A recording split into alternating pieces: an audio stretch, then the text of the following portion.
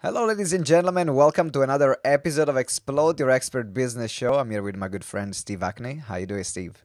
I'm very good, Simone. How are you? I'm really well. Thank you very much. A bit of a crazy period in this time. I got a lot of speaking gigs, which I'm really happy about. But I'm traveling a lot of. Excellent. It's a very travel intensive. But Good to hear. we are here. We are here today. Is not about me as much as I love to talk about myself. Is about you.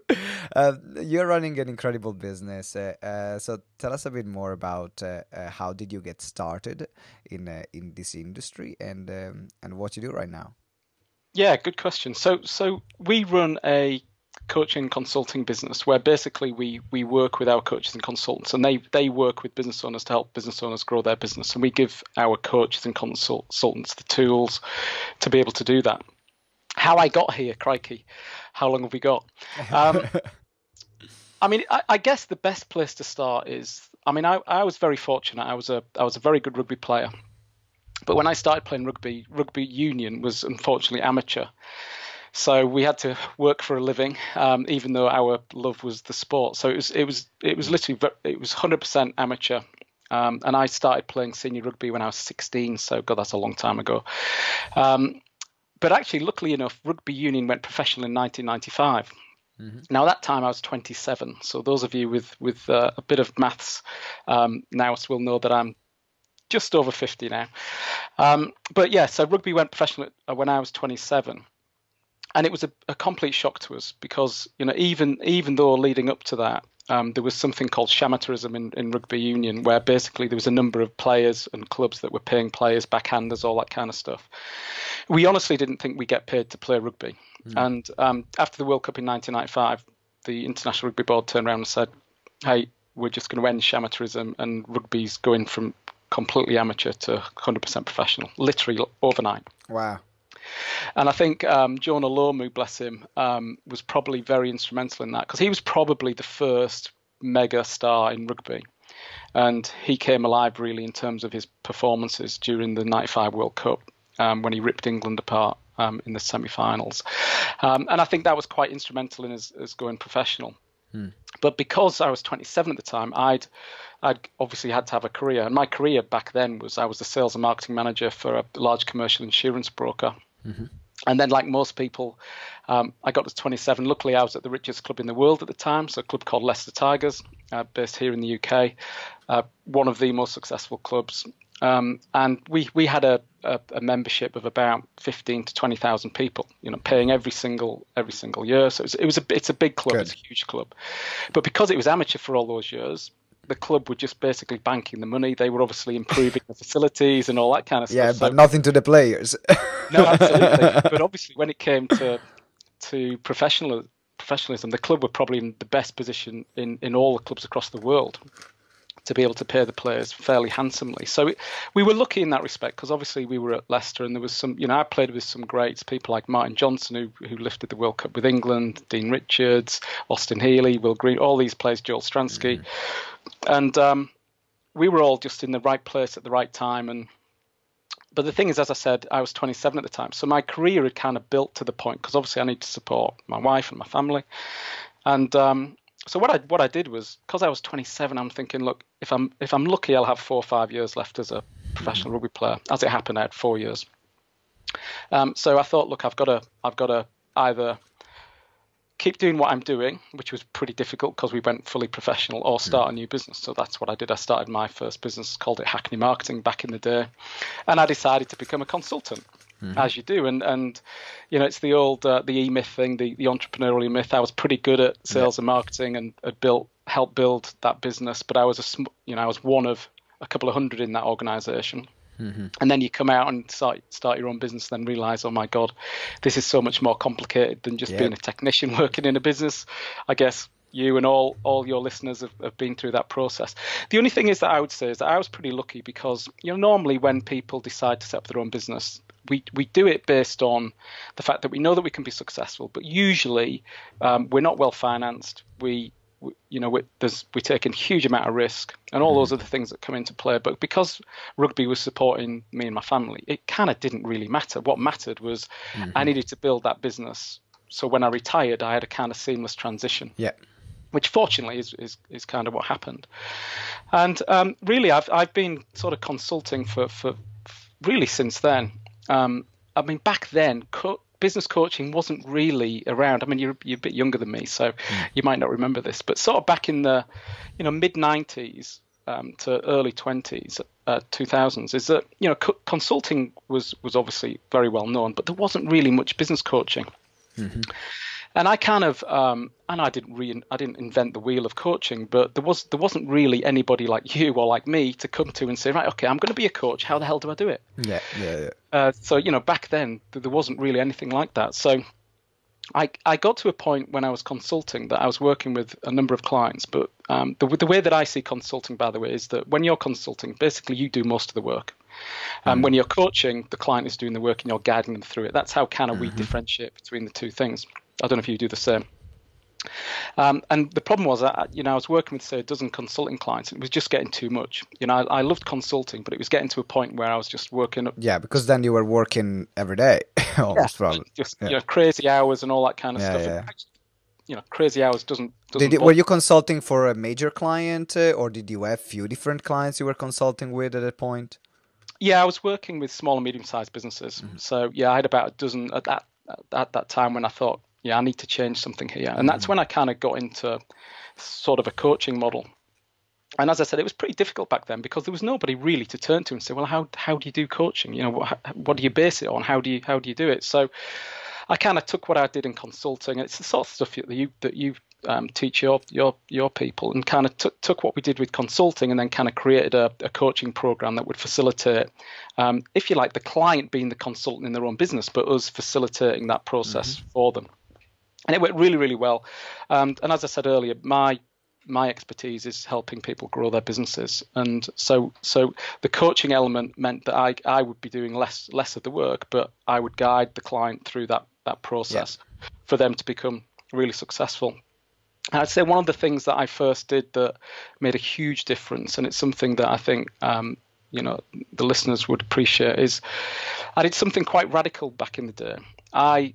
Because what most of us do is we copy what the best are doing. Well, that's what we should do. Mm-hmm. It's something that I think is a wise thing to do. Is look at what the best people are doing and kind of model yourself on them.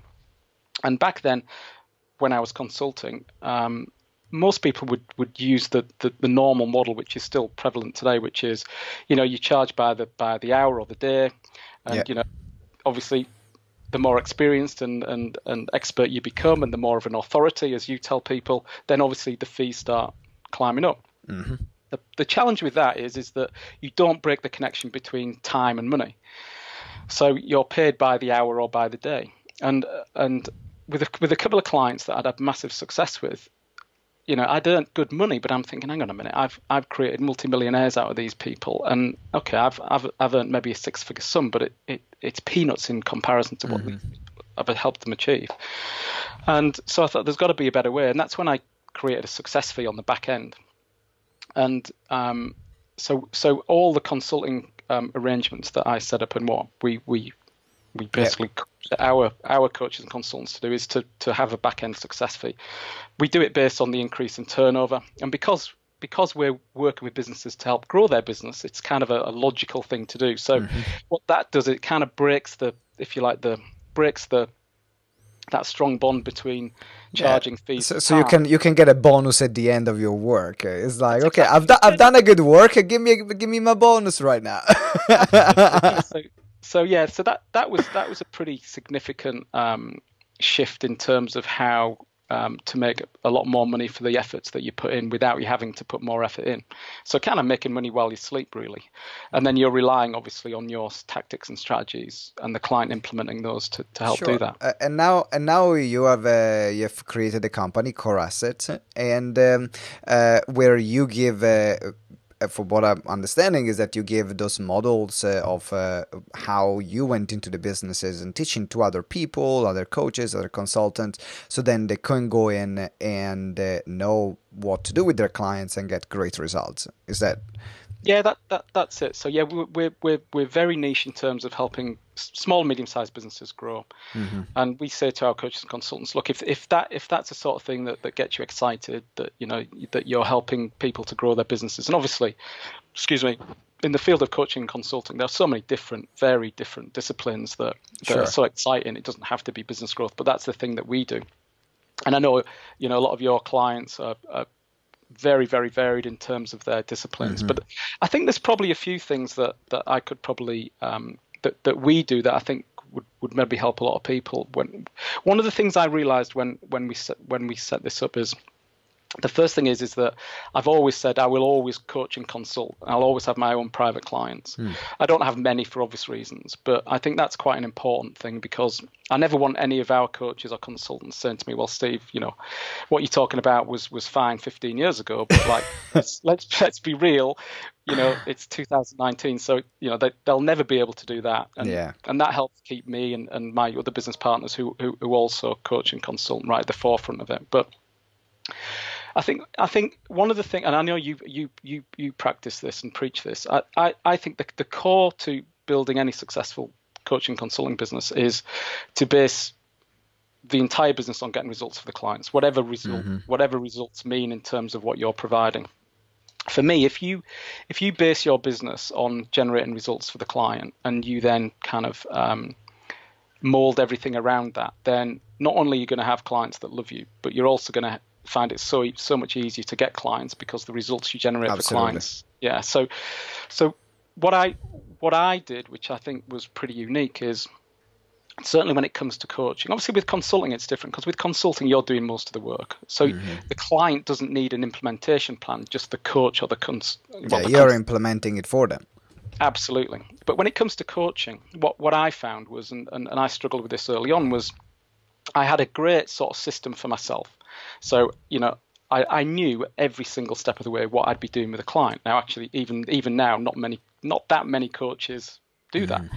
So, I mean, a lot of coaches, as you know, will wing it with a client. The client sort of doesn't know they're winging it, because obviously the coach has more expertise and authority than the client. But really, if the coach was being truthful to themselves, they might have maybe 2 or 3 parts to the process that they systemize. But after that, they kind of do wing it a little bit.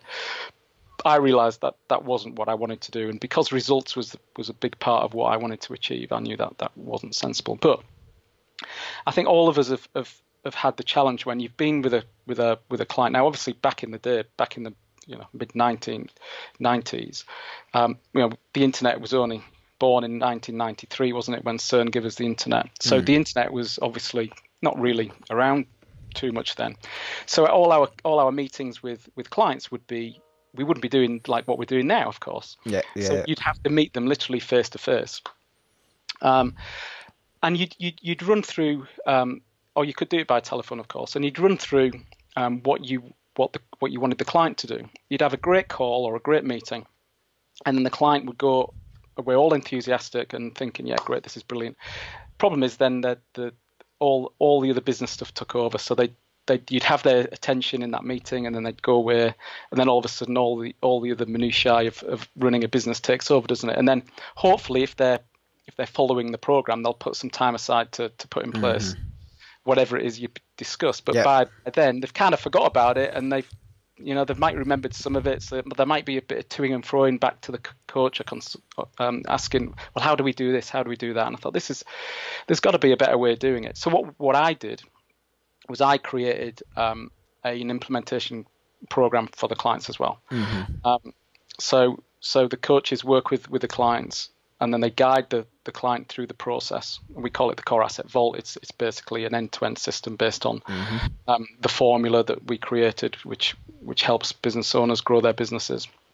So now when you have a call with a client, the client can actually go away, and even if they've got don't do anything for 3 days, they can then go to wherever they need. They can look at that and step by step, and they can implement that. But obviously, everything starts with getting results for the client. So you can't build that if you don't know what the system is to generate. And how many coaches do you have as part of the Core Asset team right now? Got about 120 at the moment. So is one of the reason why I loved having this conversation with you, and now everyone has the context of what we are talking about, is because we work on two very different levels. You go to coaches and say, hey, you need a better system so then you can get better results and therefore get more work. Here is the system. I say, I trust you that you know your stuff, and if you don't know your stuff, go back to work and create your own system, your own bloody system. But I can help you once you have that to become an authority in your field. So that's the kind of the difference here in the work that we do. And Absolutely. the way I grow my company and get clients is different probably to the way that you grow your company and get your clients. So what I would love to know is in expanding your methodology, because I'm sure there are going to be people that are be listening here and they say, well, I got this great methodology, I've created it, I've been delivering it for years, I had great results with my clients. I now want to get out there and train people in using my methodology. Yeah. So what are some of the things, let's start from this question. What were some of the things that you found out that were not expected when you set out on this course of training other people? Some of the biggest learning points that you got from this process? Yeah, great question. I would say the biggest thing would be something I say a lot to our guys is I think when you create systems as good as the ones that we've got and the ones that you've got, I think sometimes people take for granted that, okay, I've got a great system, a step-by-step system now, I don't have to work that hard. It frustrates the hell out of me. So the thing is, what I think we've learned, which is really back to the question, is that is to actually impress upon people much more than we did in the beginning. That say, look, we have got a great step-by-step system. That's give you a massive shortcut, but it doesn't mean to say you have to work any less hard to build a business. Because, as we all know, building a business isn't easy. And anyone that says building a business is easy doesn't know what they're talking about, and they've never done it, or they're lying. they've extremely or they've been unbelievably lucky, and as you know, that sort of doesn't work, does it? So the thing is, most people look at a successful person and they see the success. They don't see what comes before that. And behind every successful person, there is hours and hours and hours of blood, sweat, tears, financial challenges along the way, all that kind of stuff. And, even though we give people a really good shortcut and we give them a hell of a lot of stuff to make them become really successful, that still doesn't diminish their responsibility to work hard. And, work ethic, as I know you preach to all your guys, is so important. You can definitely be a busy fool. So it's putting the right type of effort in for the right things, but at the same time, there's no substitute for putting the hours in and getting results. So I think that was the first thing that I think was a massive steep learning curve for me, that we underplayed the importance of the work ethic and the fact that okay, we're giving you a big shortcut, but that doesn't mean to say you shouldn't be working hard. I would say the other thing, and I still get this a lot, and I'm sure you see this with a lot of coaches and consultants, is I have a saying that I say, look, give the industry the respect it deserves. And what I mean by that is I think there are a lot of coaches and consultants out there who become good at what they do, and then they kind of rest on the laurels. And the great thing about our business, as you know, is anybody can do it. Yep. So, my 16-year-old daughter, bless her, could literally tomorrow say, hey, Daddy, I'm going to be a business coach. And nobody could stop her. So, I mean, and bless her, she'd probably do a really good job at it. But what I'm trying to say by that is, so that's a huge, massive advantage for everybody who wants to help influence the lives of other people. You don't have to take an MBA or spend hundreds of thousands of pounds and get a degree for 10 years and a master degree and a doctor. Now, just say I'm a business coach. Cool. Absolutely. Good. Yeah, which is fantastic. Now the downside of that is because it's so easy.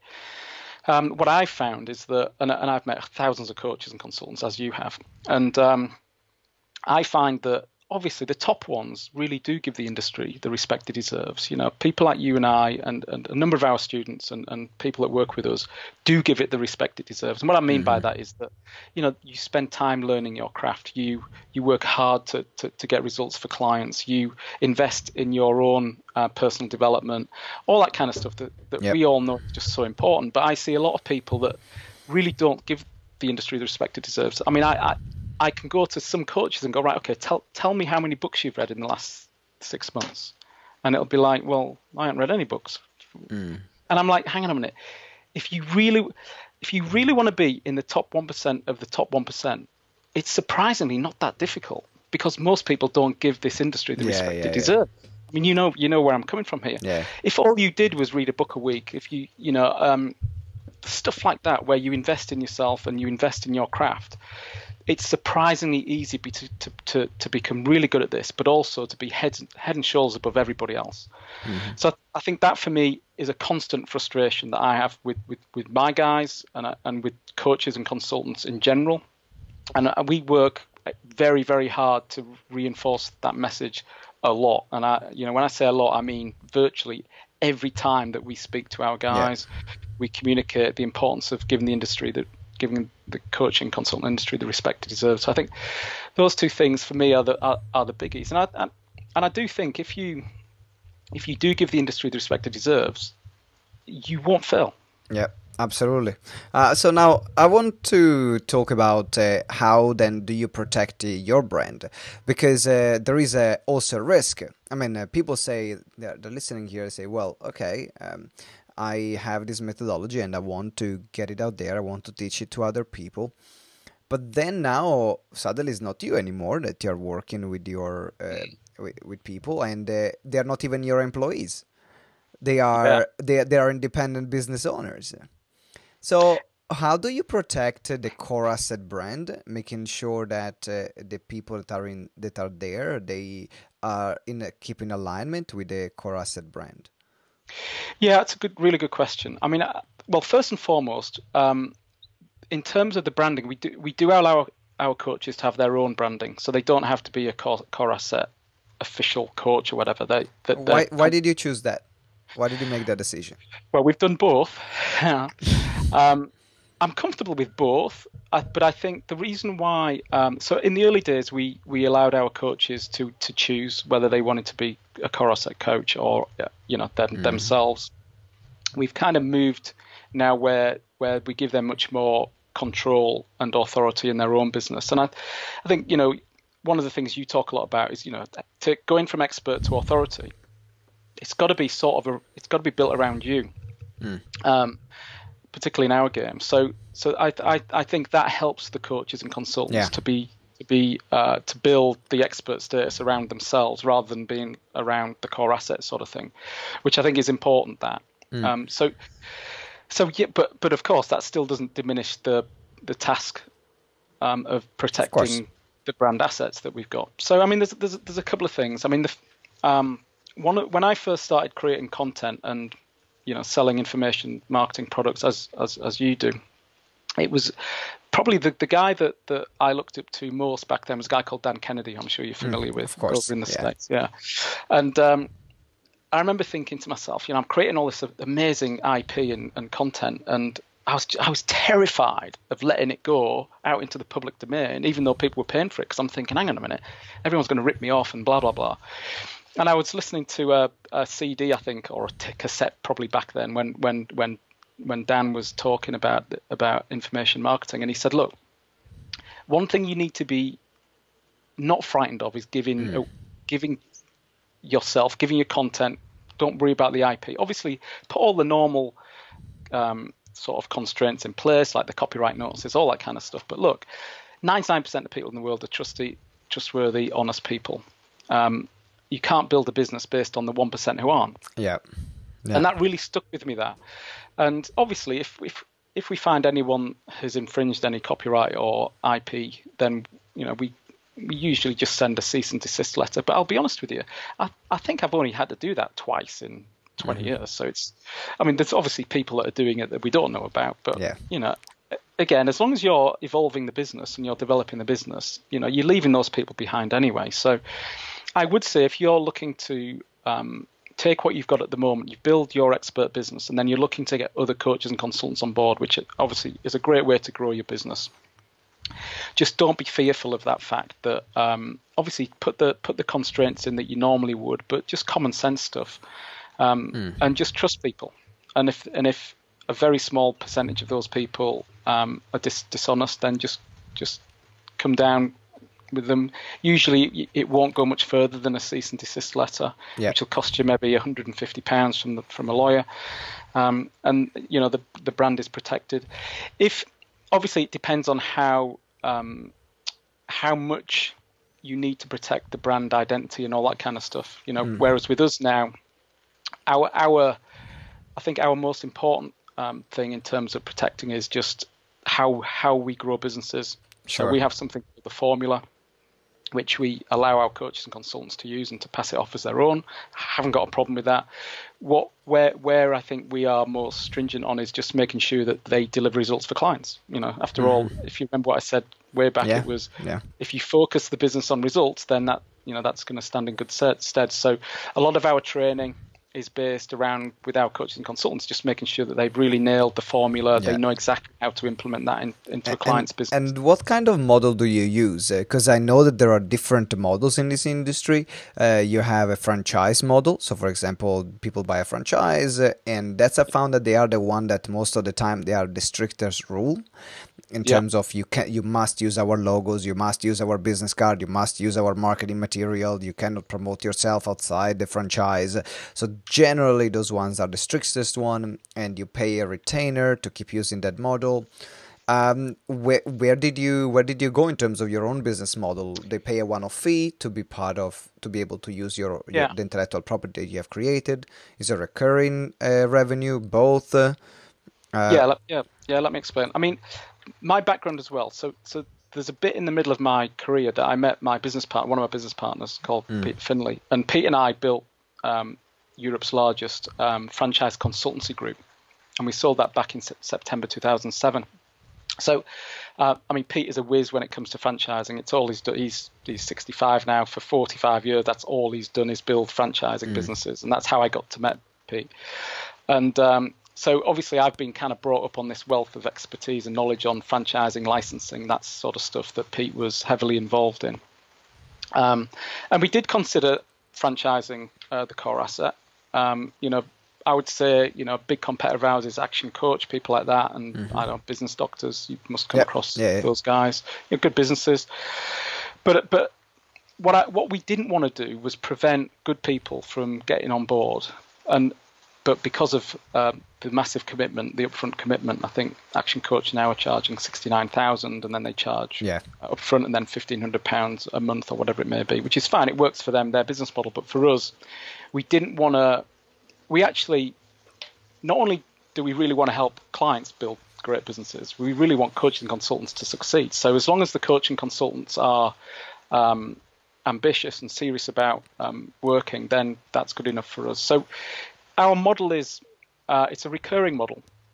Basically, coaches and consultants pay us just under if it's in the UK, it's just under £1,000 every quarter. If it's overseas, it's $1,000 US dollars, and then they pay that every quarter. So that's the model really. It's a recurring membership model. Obviously, they can pay monthly as well. But that works well. So we're invested in the coaches, they're invested in us. They can cancel at any time, just like your programs, which it's the best way to run it. So it means that we're kept on our toes to make sure that we deliver what we promise. And if they cancel, then you give do they keep the entire material that they have? Because someone could just sign up for a month to get everything and then cancel.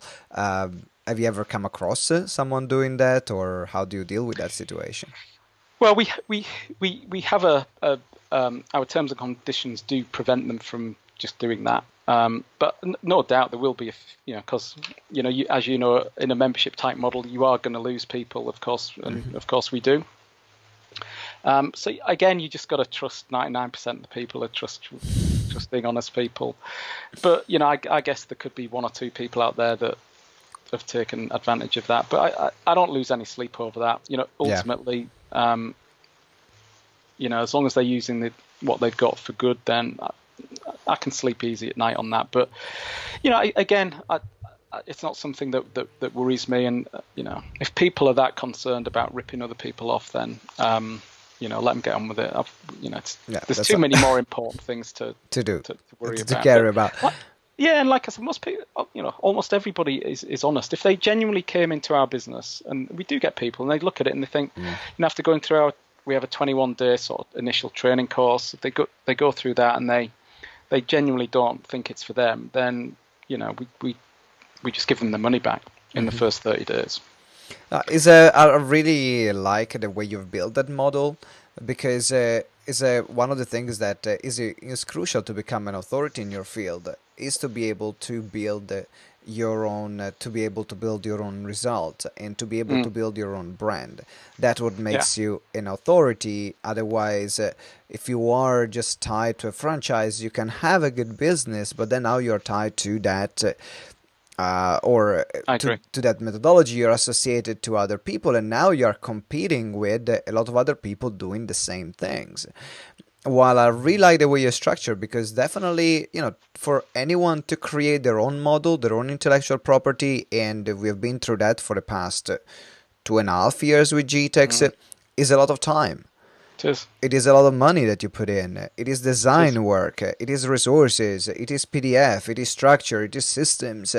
And it's great because we have them, but man, it's been grueling create those resources, and there was a lot of time and a lot of money spent in order to create something of quality. It's not just a Word document that people are going to use. So definitely being part of an organization like this can give you a massive advantage on that side, but is always really important if your goal is to be an authority in your field. If it is not, that's fine, do whatever you want. But if your goal is to become the best of the best, then it's really important that you build something on your own personal brand. Then whatever tools you use is fine.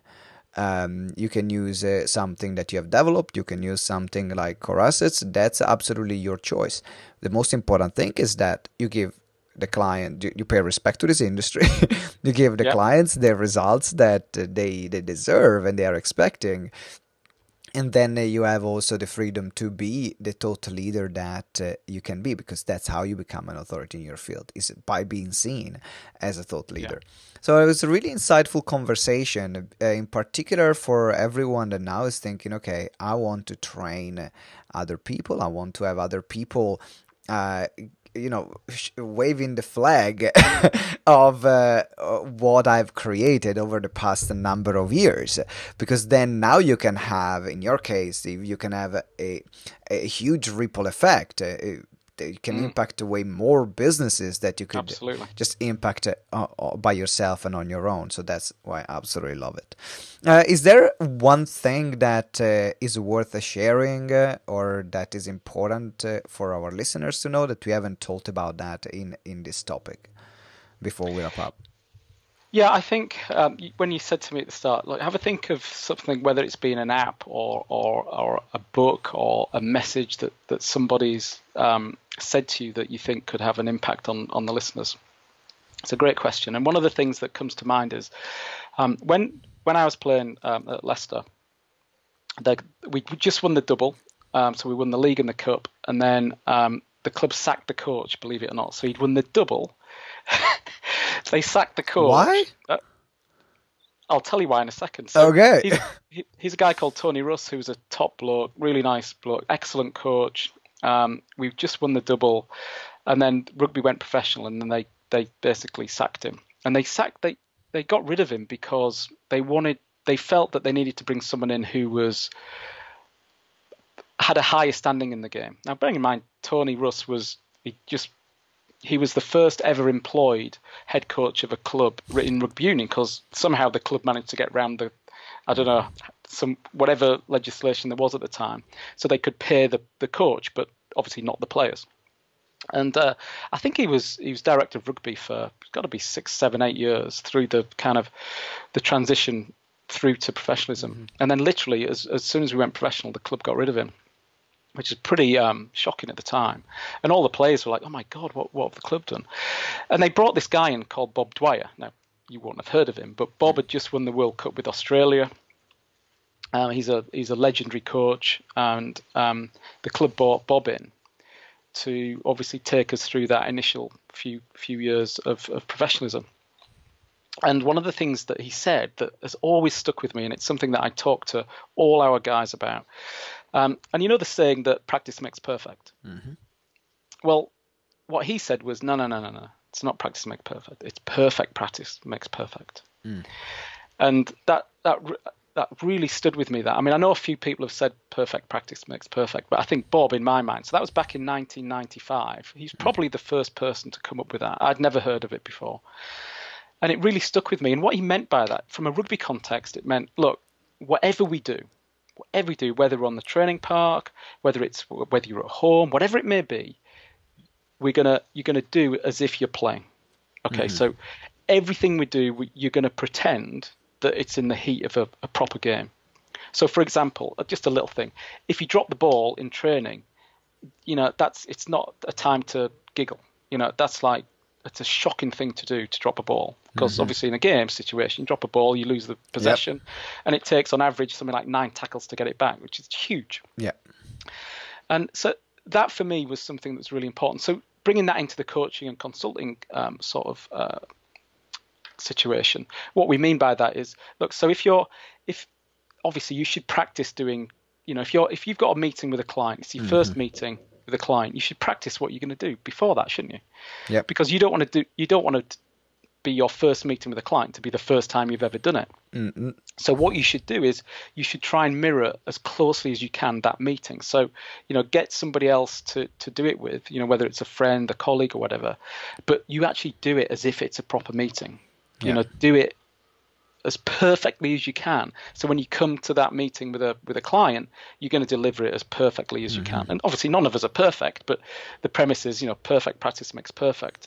It really has stuck with me ever since. And it was massive at the time. And I don't think it's any different now, and I don't think it'll ever change. But I think it's a really good way to approach things.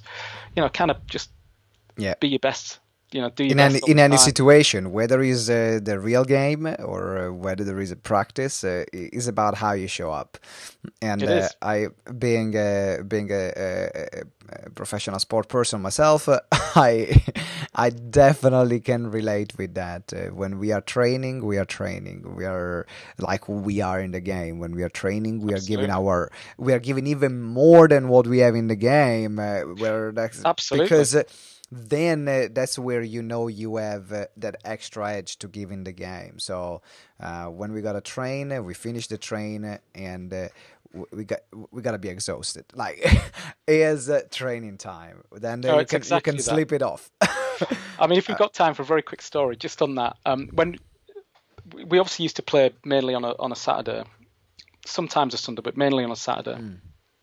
So obviously the week is structured to leading up to a game, just like you with basketball. And we would then, so it would take about 2 days to get over a game of rugby. Okay, just because of the physical nature of it. Typically, I played once rugby, and man, I mean, we never met in person, but I'm small. I played once rugby. I said never again. Never. I was bruised and battered. Everywhere hurt. Well, I wasn't one of the big monster guys. I played on the wing, so I was a fast guy, not a massive guy. Mind you, now they're massive and fast. But so we'd kind of do a swimming session on Sunday after the game to kind of rehab, and then Monday would be a walkthrough of the game. They'd have video analysis on all the players, which was painful if you'd had a bad game. And then probably Tuesday we'd do a full contact session, and this perfect practice makes perfect. Just as you were saying with your team, is that we do a full contact session, okay? And you've got people like Martin Johnson, 6'6", massive. Dean Richards, 6'5", massive. All 18, 19, 20 stone. But they would treat those sessions harder than a match, and it was fearful. I mean, the amount of fights that used to break out in training. just because of the intensity of those sessions was huge. But it's one of the reasons why we were so successful. And it's because of just the attitude of the perfect practice makes perfect philosophy that, training was, as you said, as close, if not even more intensive sometimes than the games. Because obviously the difference is when you're in a squad, and you've talked about it a lot, about being on the sidelines is so frustrating when you're not playing.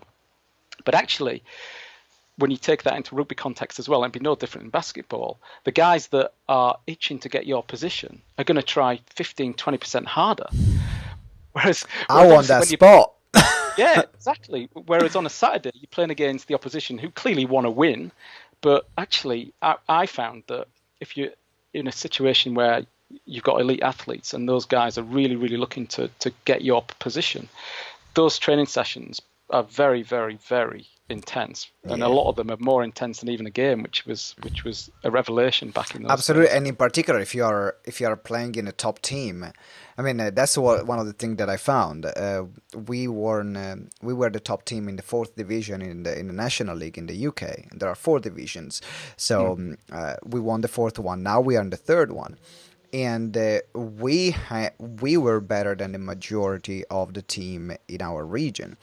And so even when I'm training with my teammate, for me, it's actually more difficult to play with them because we are the top than actually to play against the teams that we are playing.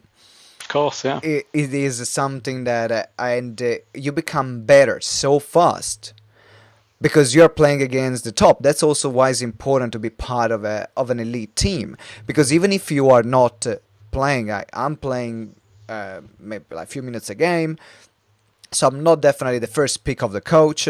I'm generally the coach puts me on if we are winning by a lot or we are losing by a lot.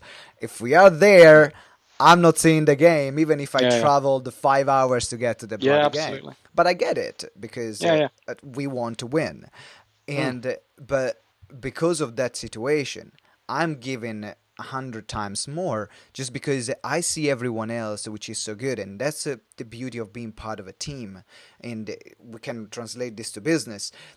When you're part of a team which is high performing, you become high performing yourself, or you just leave because you cannot keep up. Or you get to become high performing, or you just leave because you cannot handle it and you feel crap about yourself. Like, these are the 2 things. So, Steve, it's been an absolute pleasure having this interview with you. If someone wants to reach out to you, know more about the core assets, the work that you do, what's the best way? Yeah, just go to thecoreasset.com. They can if they're looking to get involved from a coaching or consulting point of view, there's links on the bottom of all the pages to find out more. If they're a client that want to grow their business, they can obviously look around that site as well. So yeah, thecoreasset.com. Brilliant. Coreasset.com. The link is going to be in the show note. Steve, it's been an absolute pleasure to have you here. Thank you very much for joining today. Yeah, it's been great, Simone. Thanks a lot. All right, ladies and gentlemen, thank you for watching or listening. If you haven't subscribed to the show, make sure you subscribe right now on your favorite podcasting platform. And until next time, remember that together we grow exponentially. Ciao.